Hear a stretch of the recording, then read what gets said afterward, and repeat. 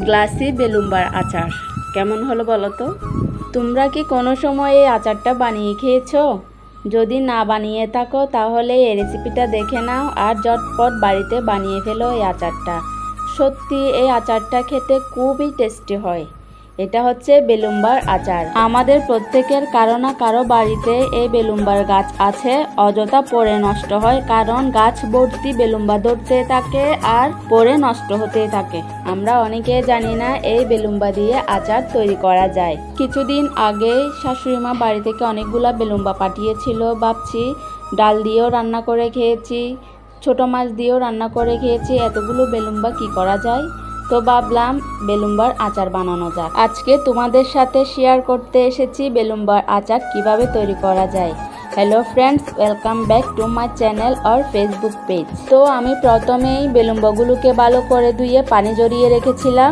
তারপর বেলুম্বাগুলোকে ডুমো ডুমো করে কাটছি, মানে একটাকে দুই ভাগ করে কেটে নিচ্ছি। তোমরা চাইলে পছন্দের সাইজে কেটে নিতে পারো। তোমরা চাইলে ফালি করেও কেটে নিতে পারো, আবার কুচো করেও কেটে নিতে পারো। কুচো করে কেটে আচার বানালে জেলির মতো হয় খেতে, কারণ এগুলো বেশ নরম, সিদ্ধ করার সাথে সাথে একদম নরম হয়ে যাবে। তো আমি সবগুলো বেলুম্বা দুভাগ করে কেটে নিয়েছি। এখন 5-6টার মতো রসুন আমি ফালি করে কেটে নিব। এই যে আমি ফালি করে কেটে নিয়েছি। তোমরা চাইলে কুচো করেও দিতে পারো, আবার পেস্ট করেও দিতে পারো। এখন আচারের জন্য একটা মশলা রেডি করে নিব। এখানে গোটা জিরে নিয়েছি, গোটা ধনে নিয়েছি, মেথি দানা নিয়েছি, 2টো তেজপাতা নিয়েছি আর 5-6টার মতো শুকনো মরিচ নিয়েছি। আমি এখানে 3টে শুকনো মরিচ কেটে নিয়েছি আর সাথে গোটা মশলাগুলো শুকনো আছে ভেজে নিব।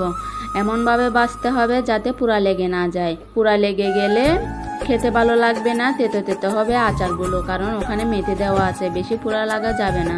আমি সাথে 1 চিমটে 5 ফোড়ন দিয়েছি। তোমরা চাইলে সবগুলো উপকরণ না দিয়ে 5 ফোড়ন আর শুকনো মরিচ দিয়েও আচারটা বানাতে পারো।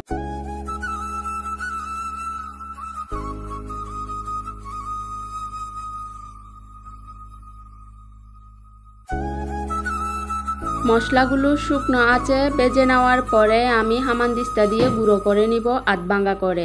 আমি মিহি করে গুঁড়ো করব না, কারণ আধভাঙা মশলাগুলো আচারের সাথে খেতে খুব ভালো লাগে। আমার আচারের মশলা রেডি হয়ে গিয়েছে। এখন আমি বেলুম্বাগুলো অল্প পানি দিয়ে সিদ্ধ করে নিব। যদি সিদ্ধ করে না নিই তাহলে আচার বানানোর সময় অনেকগুলো পানি বেরিয়ে আসবে, এতে পানি টেনে নিতে খুব সময় লাগবে।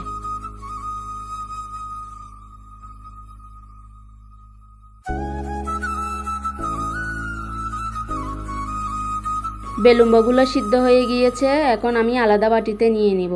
সিদ্ধ করে রাখলে ঝামেলা শেষ, আচার বানাতে বেশি টাইম লাগে না। এখন আমি প্যানের মধ্যে সরষের তেল দিয়ে দিয়েছি। এখন আগে থেকে কেটে রাখা শুকনো মরিচ আর তেজপাতা দিয়ে দিব।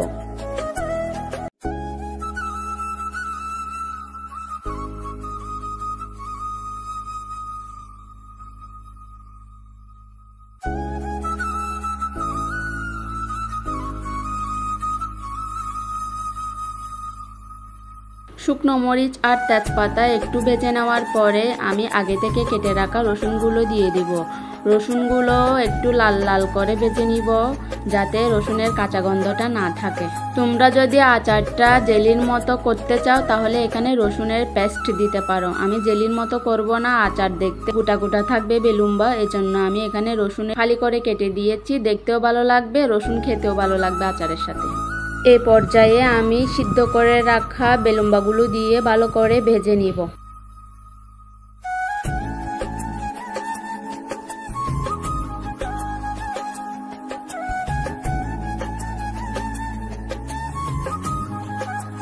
দেখো তোমাদের বেলুম্বার কালার দেখাচ্ছি, খুব সুন্দর দেখাচ্ছে, দেখতে গ্লাসি গ্লাসি লাগছে। গ্লাসি বেলুম্বার আচার কেমন হলো বলো তো?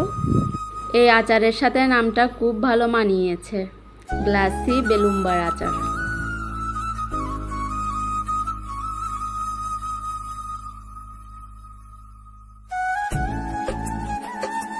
বেলুম্বাগুলো এপাশ ওপাশ ভালো করে ভেজে নেওয়ার পরে আমি শুকনো মশলা বা আচারের যে মশলাটা বানিয়েছি ওটা দিয়ে দিব।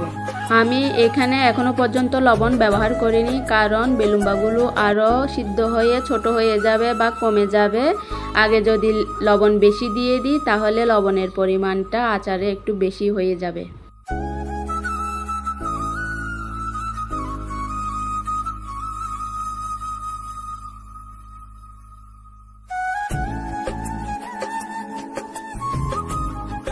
আচারে মশলা দেওয়ার পরে অনবরত নেড়ে যেতে হবে চামচ দিয়ে, কারণ নিচে পুরা লেগে যেতে পারে। পুরা লেগে গেলে আচার খেতে ভালো লাগবে না, পুরা গন্ধ লাগবে আর তেতো লাগবে। এই পর্যায়ে আমি এখানে লবণ দিয়ে দিব আর চিনি দিয়ে দেব। চিনির পরিমাণটা একটু বেশি দিয়েছি, কারণ বেলুম্ব খুব টক। আর তোমরা চাইলে এখানে চিনির পরিবর্তে গুড় ব্যবহার করতে পারো, এতে কালারটা সুন্দর আসবে, আরও ঘন হবে। এই মুহূর্তে আমার কাছে গুড় অ্যাভেলেবেল ছিল না, তাই আমি চিনি ব্যবহার করেছি।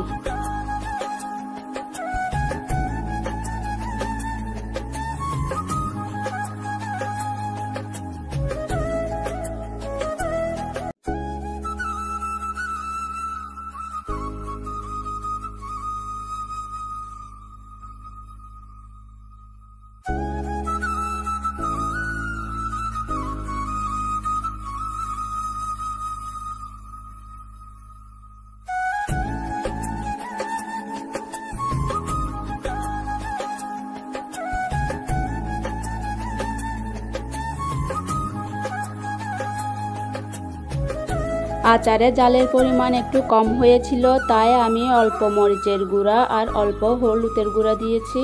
কোনোভাবে সেটা দেখাতে ভুলে গিয়েছি।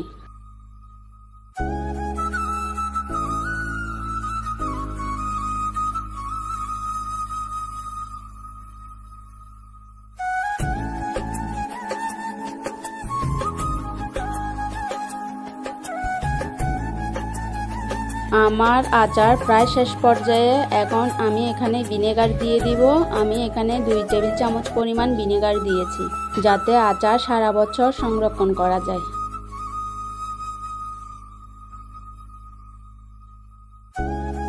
আর 2 মিনিটের মতো আচার রান্না করলেই আমার আচার রান্না কমপ্লিট হয়ে যাবে।